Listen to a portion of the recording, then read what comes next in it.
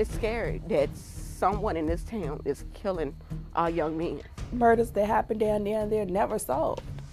Everybody that they find down there, they find them in the woods. They're happening back to back. A lot going on in this town, but don't nobody talk about it. But what if it was your kid? What if it was your grandson? When you hear something like that in this area, you go, Nuremberg? Here? The whole case is bizarre. I mean, I don't even know where you want to start at. He got shot in the back, he got dismembered. Both arms and both legs. In a shallow grave, he had lye poured on top of him. This is probably one of the worst homicides, not just in this county, but in the state of Virginia. What in the world could you do for a person to do that to another person? 17 years old, he didn't deserve this. He was still a kid trying to find his way. Antonio Rich, his body was actually discovered by a VDOT crew working in the area. This should have not been his final resting place, on the side of the road in the bushes, like he was nothing. He was 19 years old, had been shot several times. You know, I already knew when I opened the door and knew it was them that it was my son. My son did not kill himself. Just don't make sense. Why were there 6 people at the apartment complex and no one asked him questions? 6 people in the house. Somebody knows something. Why was his pockets rifled through? And why would I take my clothes off, take my phone and my money and put it somewhere? So they got a lot of questions. Please just tell me what happened to my son. That's all I want to know. I want justice. They got a whole lot of murders down there unsolved. They need to act on this now. Every single case in Lunenburg County. We reached out to the town manager of Kinbridge, Victoria Police, the new police chief, the mayor of Kinbridge. We sent multiple requests to the sheriff's department. All of those organizations basically doing this. Somebody out there knows something. The town is small. It's people that knows what happened to my son. It's too small not to know. We're all family, like, grew up in Center Street together, all of us.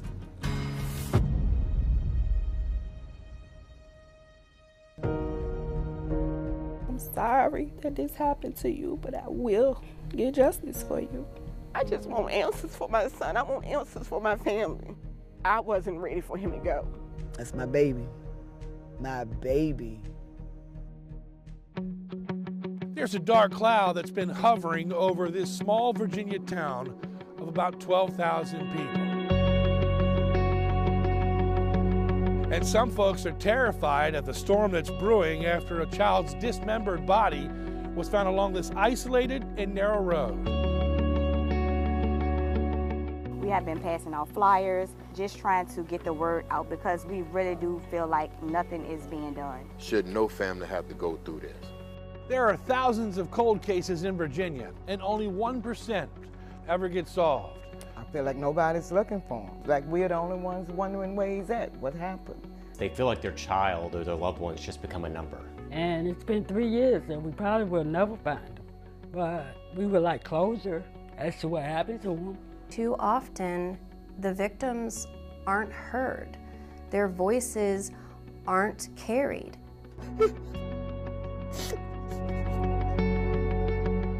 These are the faces of loved ones who suffered some of the most violent crimes or disappeared without a trace. Their families are still waiting for answers. On this Crime Insider Reopen the Case documentary, we focused on 3 cases, all here in Lunenburg County.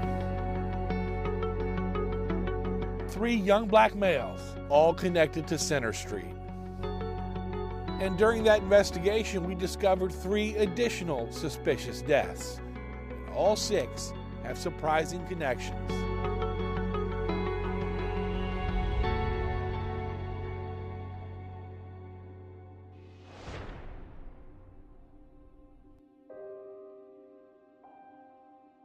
I miss everything about him. Everything. I miss him a lot. It's a struggle on a day-to-day basis. You know, people say take it one day at a time. I actually take it 1 second at a time. Because I'm forced to just deal with it. But I still have to go on to get justice for him. And that's a promise. I wake up every morning and I make sure I tell him I'm sorry that this happened to you, but I will get justice for you.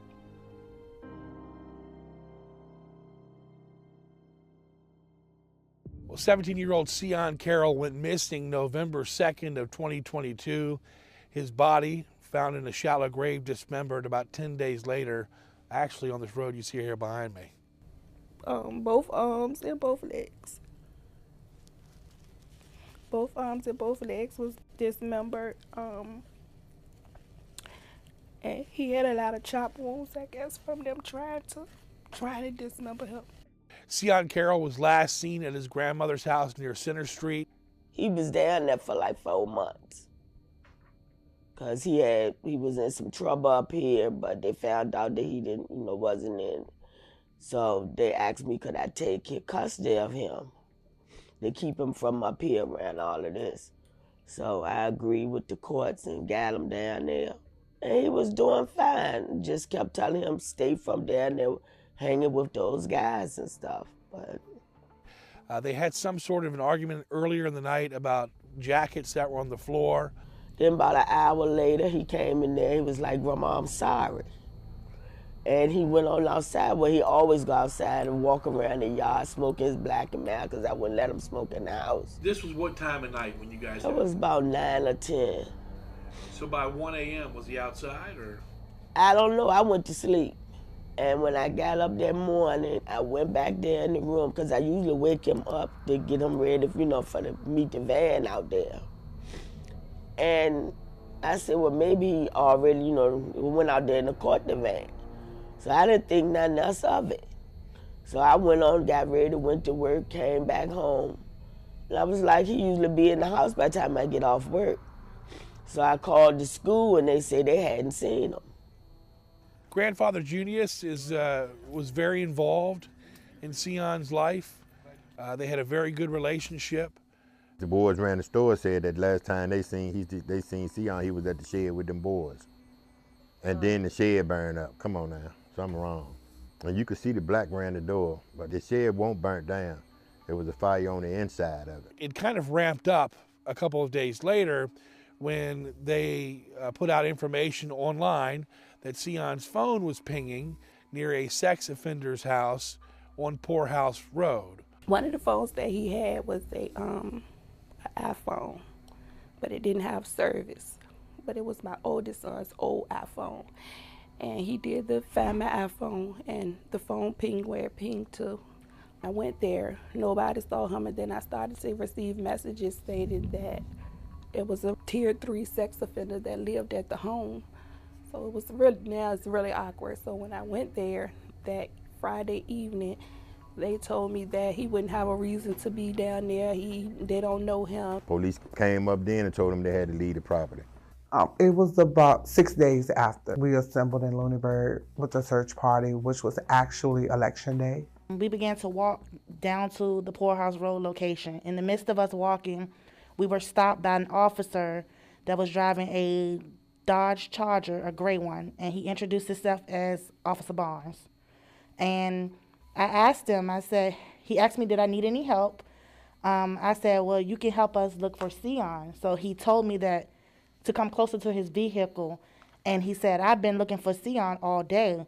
Come closer, come take a look. When I approached the car, I seen like brush and dirt and maybe some leaves on his lap, and he kind of gave it a little brush like, yeah, I've been looking for him. So me looking at him like, well, we're walking and we don't look like that, so how do you get brush and leaves and dirt on your lap in a car? And I said, hey, I have a question.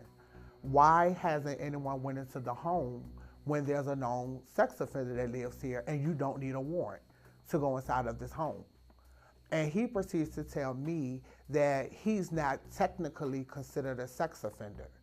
Something about he was just in the car with someone and the girl, and that's how he got the charge, but technically he's not considered a sex offender. I said, well, he's registered on the sex offender registry, so how do you get registered on the sex offender registry without being considered a sex offender? For months after Sion's body had already been found, the sex offender was actually scrubbed from the registry, and that meaning every time I looked on the sex offender registry for this sex offender, he was not there. He was not listed at that address that he was listed at, or was he in the system at all? And we've since learned that's not supposed to happen. I did go back and forth via email with a state police representative about the sex offender being off the registry, and after 2 or 3 emails, I finally got a response saying it's part of the investigation and they can't comment.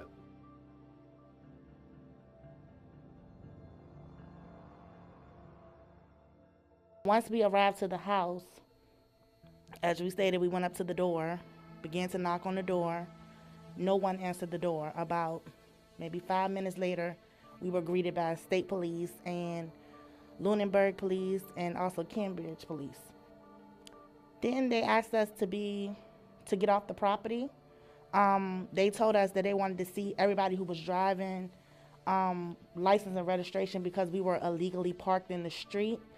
At the same time, it's another lady that lives not too far from that house told us that her daughter was sitting on her back porch and she heard somebody in the woods screaming for help. And she called the police and they never showed up. Did y'all hear that one? Y'all heard about that? Yeah.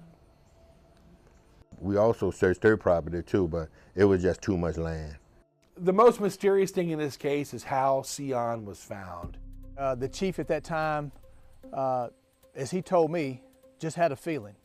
So I deem it by the grace of God, he happened to be in the 200 block here of Seaway and came upon this area. And once again, further investigation found it to be a clandestine grave. In the dark, out of his jurisdiction, on a hunch, 3:30 in the morning, the woods behind me.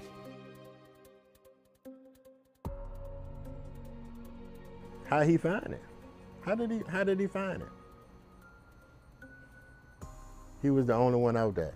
Just remembering some of the conversations that I had when I went there to meet with him. And everything, every scenario he gave me that could have happened to my son had something to do with woods. Every scenario. He gave me 3 scenarios. One of them including, well, he takes medicine. So the medicine that he take, I went to class and I know that one of the meds that he take, he possibly could have went in the woods and committed suicide.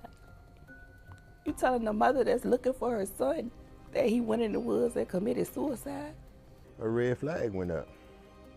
He resigned in the middle of an investigation in his town.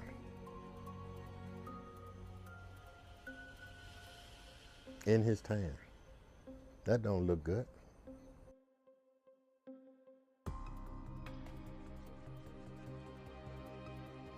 During the production of this documentary, we reached out several times to the former chief, Ben Barnes, and finally he did get back to us with a statement. We sent Ben Barnes a list of about 20 questions.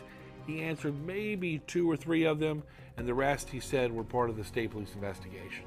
Mr. Burkett, my resignation from the Cambridge Police Department on December 31st, 2022 was a decision I made several weeks prior to the disappearance of Sion Carroll. I chose to participate in the missing persons investigation in spite of my decision to leave the department. During the missing persons investigation, I searched several areas in the town of Cambridge and Lunenburg County. During the course of the investigation, an anonymous tip was received that led the investigation to the Seaway area in Lunenburg County. The area was searched by myself and other law enforcement officers without result. I believed a further search of the area was needed. During the further search of the area, I discovered the location of the remains. Information about the anonymous tip was previously withheld to protect the tipster and the security of the investigation. I will defer any further inquiry you have to the agency investigating the homicide, the Virginia State Police. Happy holidays to you and yours, and good luck with your story. Ben Barnes. The whole damn case is bizarre. I mean, I don't even know where you want to start at. You know, one thing we learned after interviewing grandmother is when I asked her if I was the first media interview she had, she goes, media interview? You're the first interview I had, period. It is odd. Wait, you've never been interviewed by the special agent? No. So you never talked to Kevin Jordan? No. Interviews have been conducted in this investigation. Some individuals have been interviewed more than once.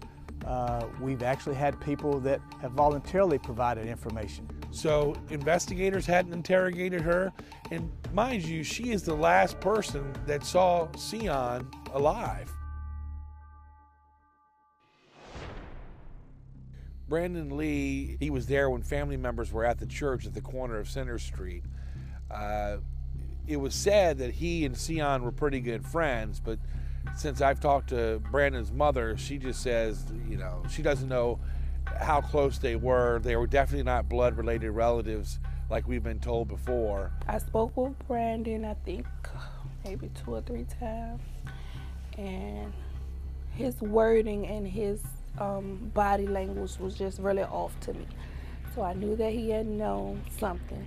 And it was almost pretty much like he really wanted to tell me, but he didn't, and he didn't know how. Brandon carried me and my friend and another friend of ours down to a Cowboy house.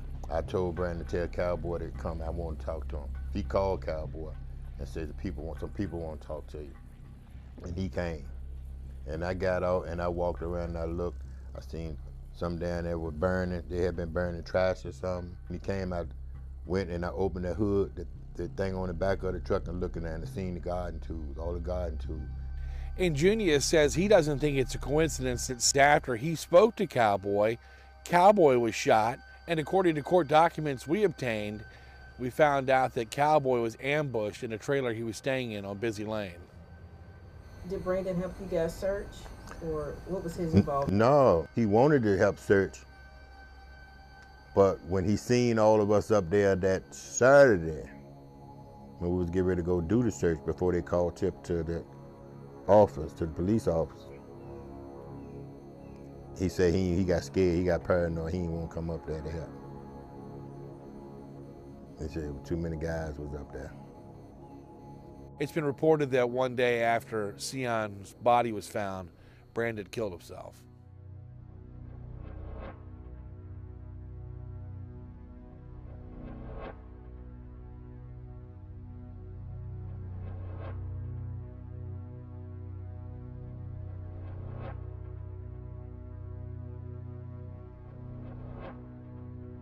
Well, people living in that area said they heard the scanner, and they said someone on the scanner said they were behind Brandon Lee. He was running down Center Street, and that's when he ran into the woods past his house there and committed suicide. We looked for those radio transmissions, but we haven't been able to confirm that actually happened. They said he left a note and said that he was going in the woods and go to sleep to protect his mom and dad. That's what they said was on the note, but I don't know for sure. And if that's possible, I don't believe that he willingly committed suicide. That's just my take on it. I want to talk to the town manager, I want to talk to the mayor and ask them what's going on down there. They, like you said, they have a lot of murders down there that haven't been solved. The same pattern. But this is the kicker, y'all. Why did Barnes tell my daughter and her aunt that Sion might have took them pills that he was taking and went in the woods and killed himself? Red flag, flag up, my ears up. Everybody that they find down there, they find them in the woods.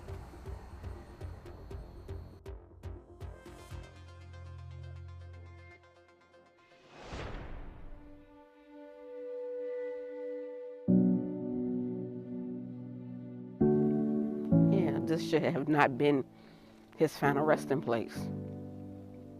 You know, thrown on the side of the road in the bushes, like he was nothing. They didn't just take a son, they took a brother, they took a nephew, they took a grandchild. I just don't understand it. He was one of the sweetest kids that I knew.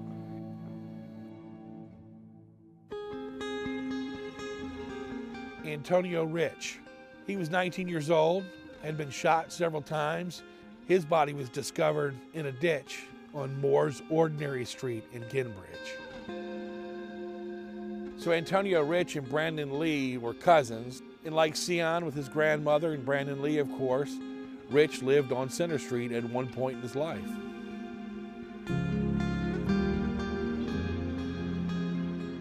No parent should have to come visit a child here, not under the circumstances. I found out that Friday. They found him on the 15th. I found out that Friday. The detective and the sheriff came and he knocked on the door. You know, I already knew when I opened the door and knew it was them, that it was my son.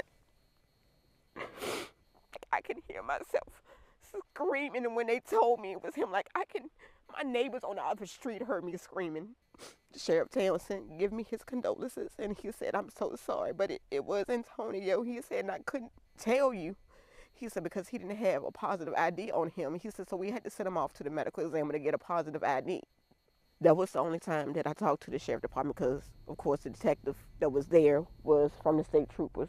When we asked Agent George specifically about this case, he said he didn't have permission of the family to talk about it. From what I was told, 5 gunshot wounds. He died from the gunshot wounds. I'm assuming the torso, because they had him wrapped up in plastic. And I know my son's hand, his right hand was smashed. You could tell that he fought back. He had a scratch mark, and I think like a little chunk of his ear was gone. And when you think it's a small town, you would think that the case would have got solved a little bit faster. Because it's somebody that knows my child personally, I don't think it was a stranger to him. I think it was somebody that he knew. So during the Antonio Rich investigation, we realized that some of the names from the Sion Carroll case, that circle of friends, they were also coming up in Antonio's case. So I asked Special Agent Kevin George with the state police if he believed these two cases were connected. The 2020 homicide that I'm investigating and the 2022 homicide involving Sion Carroll, I have yet to find any connection to those homicides. It seemed like the police don't care enough, because every time you hear somebody make a comment and they keep making a comment, oh, it's drugs, it's drugs. Drugs is not the root of every problem in this small town. Have you come across anything like a drug nexus, or, you know, we always ask for motives. I can't say that I've found a nexus that I can corroborate as a motive for this homicide.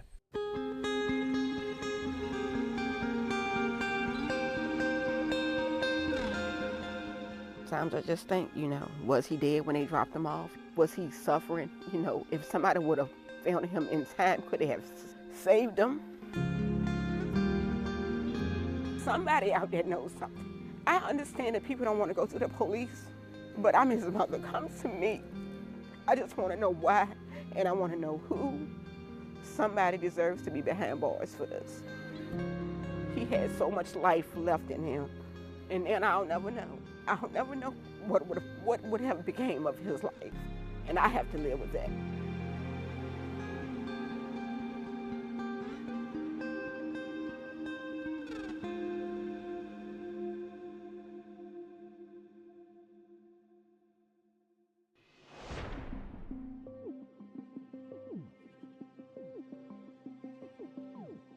Center Street was just a love little spot. We called it the bottom.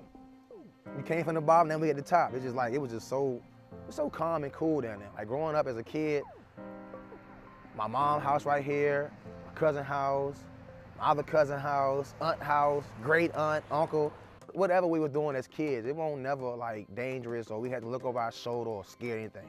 Like, it was just so like, it was a good community. I just feel like it's a ghost town. It's like it's quiet. For my brother, for my cousin Brandon, cousin Tone, my aunt Pat, I just feel like it ain't gonna be the same down there no more. Carlton Craig lost his life in Victoria, Virginia, not too far from here, September 24th of 2023. Medic 2 wants to request an ALS for a suicide attempt. Call advised the subject is breathing, shot himself in the head. They advised that they're applying pressure now. The 911 call for Carlton Craig came in as a suicide, but when deputies arrived on scene, they had 6 people inside the apartment, and of course Carlton was dead, and someone had apparently rifled through his pockets. I had got a phone call at 5:30 that morning from a neighbor that lived under the apartment that he was found in. From what I got, he was fighting in the parking lot. So I don't know if he was fighting in the parking lot and he ran in the house. He had just got his driver's license. But it wasn't at the scene.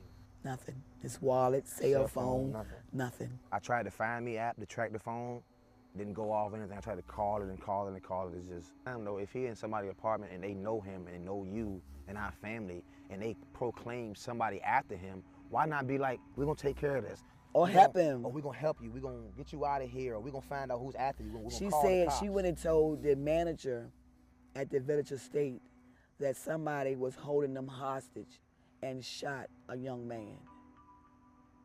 If somebody holding you hostage, somebody else shot besides me, ain't it?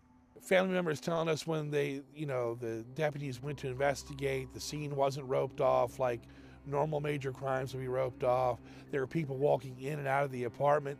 So if there was any option for tainted evidence, it was there because the family said they were walking in and out freely. I found my son's hoodie at somebody else's house, washed, soaking wet when I got it back. The same exact hoodie he had on when he murdered his wife. Yep, when he was supposed to commit Took his suicide. life.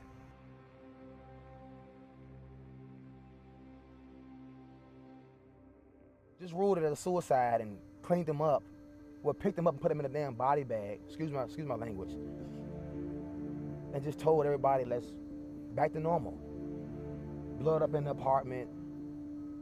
I had to see my mom clean my brother brain off to the floor, man. It's all right though. Just really getting to the details. There's so many facts and pieces to the puzzle. I just feel like it's not all put together. And I want justice, one way or another. That's why I'm talking and making phone calls and trying to get to the bottom of it. That way I can help out as best way as possible with this and everything else going on. But this right here is my main concern. This is my little brother. So I feel like I just need a little more help with the sheriff and anybody else that got questions, people that was in the apartment, people that he called that night, people that seen him the night before or prior that night. I just want a little more than what I got right now. So that's all I'm asking for. It'll never be no justice. Just tell me, how could you kill my son?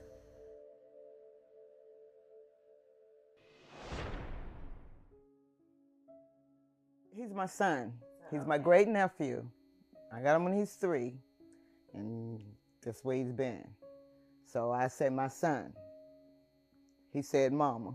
So he knew his mother, but when you raise someone, they call you what they call you. So I was his mama. He would help anybody. He was a good person. He would help anybody.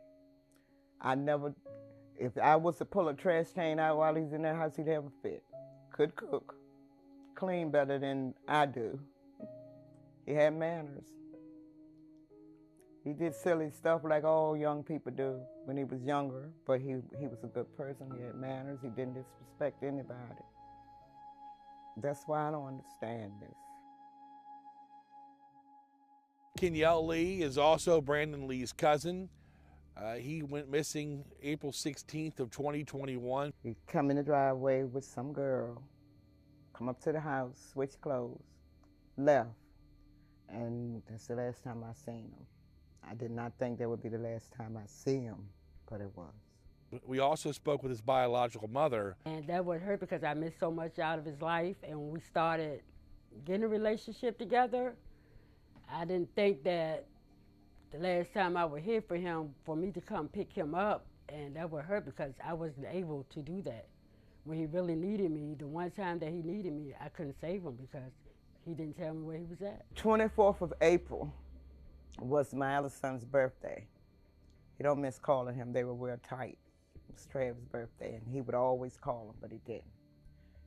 Then we had a call that on the 28th, someone called an ambulance and said he had a seizure in front of the Wedgwood Motel, but he refused to go to the hospital. Nobody heard anything since. Nobody saw him. I went to Blackstone. I made up flyers, had those flyers made up, so I carried some flyers, went in the motel, showed it to them. They said they don't know him, they never seen him. I hung flyers in every pole window, they would let me hang them, asking people if they seen him. Did they know? All I know is the ambulance, people say he did not get on the ambulance. That's all I know. At one point during the interview, Alicia went over some rumors that she had heard what happened to her son. They had put him in a wood chatter. I heard that. They threw his body in between a creek, in between Blackstone and Kimbridge. That he was supposed to be in somebody's trailer. I mean, the trailers that you drive on the trucks. He was supposed to be in one of those. Those were the rumors that I heard. What are you thinking about? I just, I don't like to hurt her sick. And he's putting up shredder.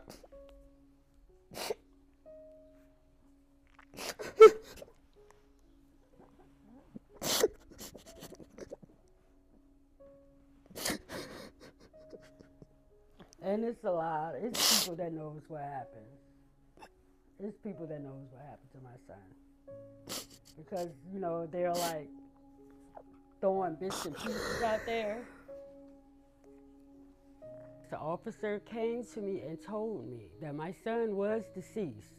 He said, I can tell you that your son is deceased, and there's 2 particular people in Lunenburg County that knows what happens to your son.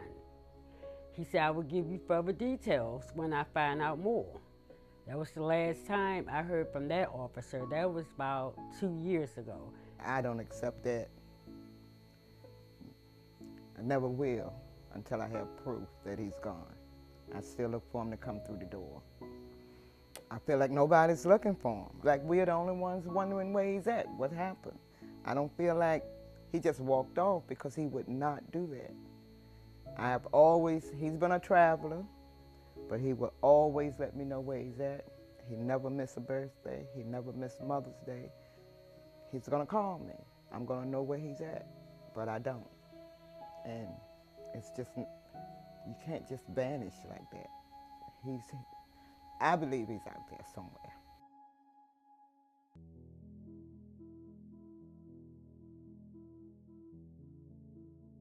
My stepson, Arthur Waverly Banks Jr., and I feel like he was just like my son because I never had a son of my own, and I took him in as my own son.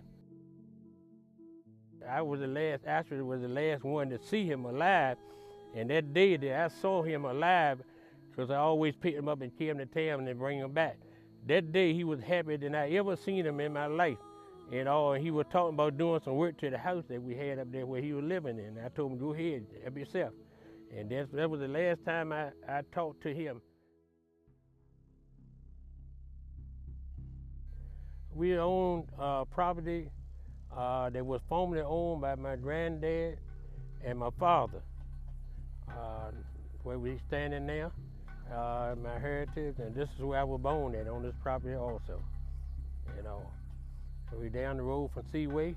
The whole farm is like 80-some acres all together. I named this road over here, Sea. When they named the road, I told them I wanted to name it Sea, because there's been a lot going on since we left from over here. It started here, and then up there. We don't actually know, you know, what all going on, and nobody's saying nothing. He always liked to be around a lot of guys, and he always liked to walk down these woods where you see behind me. And he used to walk through these woods, and we tried to stop him from doing it, but he would never do it. He loved to walk through the woods. And so I know that he had to be down in these woods, or he was going with some guys somewhere. In my church, you got a bunch of hunters. And so I called him up and asked him, I say, I want you to go with me down here, and we're going to try to find my son, because I think he's in the woods. And so in the meantime, Moore, which was the Moore family, his son said that, called and said, we're not going to wait till you get from work. We're going to go ahead on down there now.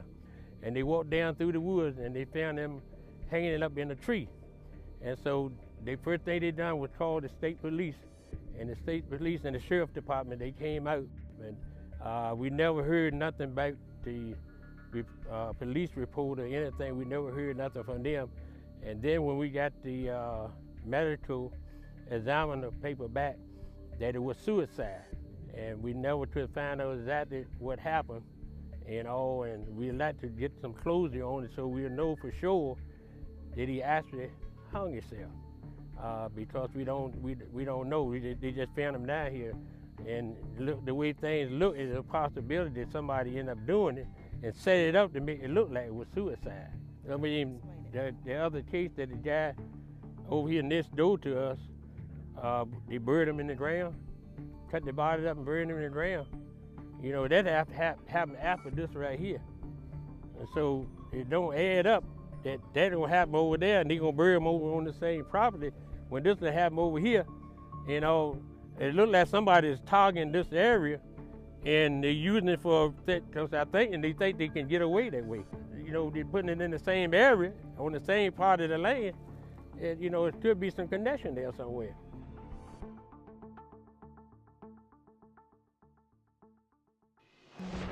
The sad truth is that victims of crime don't have power, and they don't have influence. Our criminal justice system is set up now, providing more rights and protections and services to the defendants than to the victims. They aren't aware of what services they provide. They aren't aware that it is in our state's code. It is part of our laws that victims get these services. No, they don't have anything like that around here. Only place you can go is to the police, and they could care less.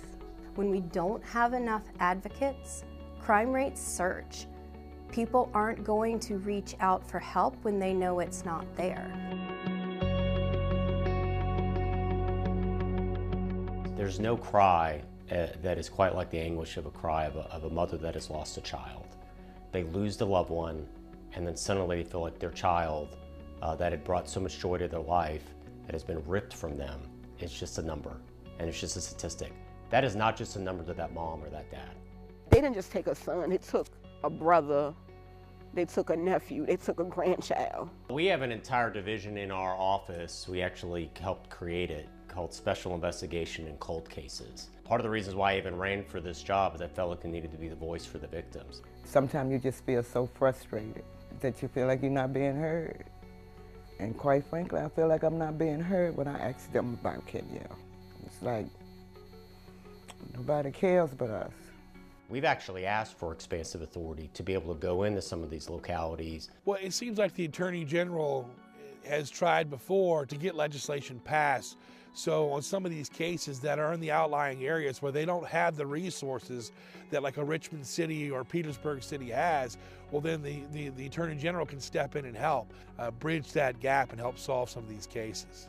So far it's gotten out of the Virginia House, but keeps dying in the state Senate. It seems like the state Senate, there is a need for this. I mean, obviously there are cases that are backlogged and aren't going anywhere because people don't want to play ball. I have a sneaky suspicion that unfortunately partisan politics may have something to do with this. I think they do not want to. But that's not what this is. This is family. I agree with you. This is about victims. This is being a second chance for those victims, giving a voice for them when they feel like they have no voice. But right now, unfortunately, this legislation keeps getting stymied in the General Assembly. Michael Folks is running for sheriff here. He is a deputy from Prince Edward County, as a neighboring county.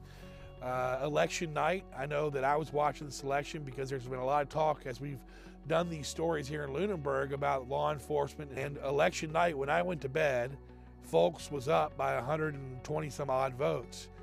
The next day, he was down by 24 votes. A platform that I had was, during my campaign, was the importance of a 24-hour coverage.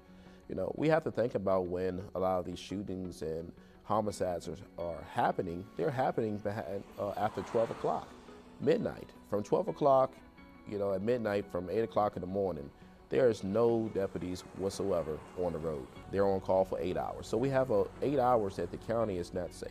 So I called some of my law enforcement sources that I trust, in sheriff's departments and police departments, and asked them, hey man, have you ever heard of such a thing? And some of them actually had heard of it because of a manpower issue.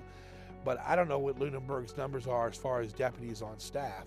It's up to the sheriff. The sheriff makes those hours. If he says they don't work from 12 to 8, they're on on-call status, and that's what it is.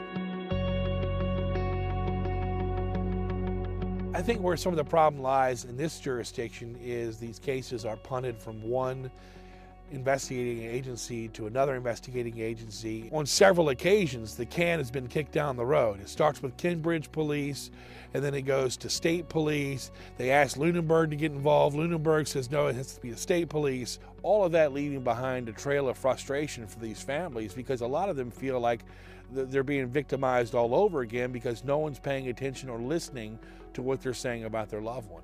Victoria and Cambridge, because his murders happened in Cambridge and Victoria. So Lunenburg being the county, I feel like they need to come together and do whatever they gotta do. But they ain't doing it, they ain't finding nothing. They didn't communicate with us at all. If it were up to me, we would add teeth to the Victims' Bill of Rights in Virginia. Right now, there's nothing stopping anyone from law enforcement, prosecutor, judges, even advocates from violating a victim's rights. I just want answers. I really do want answers. And I'm gonna continue keeping his name alive until I get justice. And after justice, I'm gonna keep his name alive because justice will be served. It's very overwhelming, but I won't stop. One thing for sure, whoever did it, God gonna take care of that. So they say what happens in a small town stays in a small town is not really holding true for Lunenburg County. This is a community crying out for help. And as the tips keep rolling in, we will update you. If you have information that can help solve these murders, you're asked to call 833-RTCF-MVA or email tips@reopenthecase.org.